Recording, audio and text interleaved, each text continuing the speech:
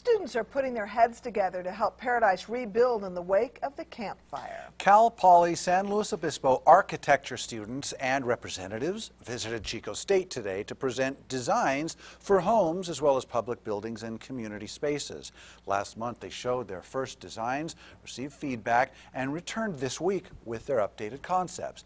They hope to display their finished models to the Paradise community. I feel very special to be part of a project that's actually going on currently and is a big issue to a community, and to be included as part of that process is very humbling and special for me.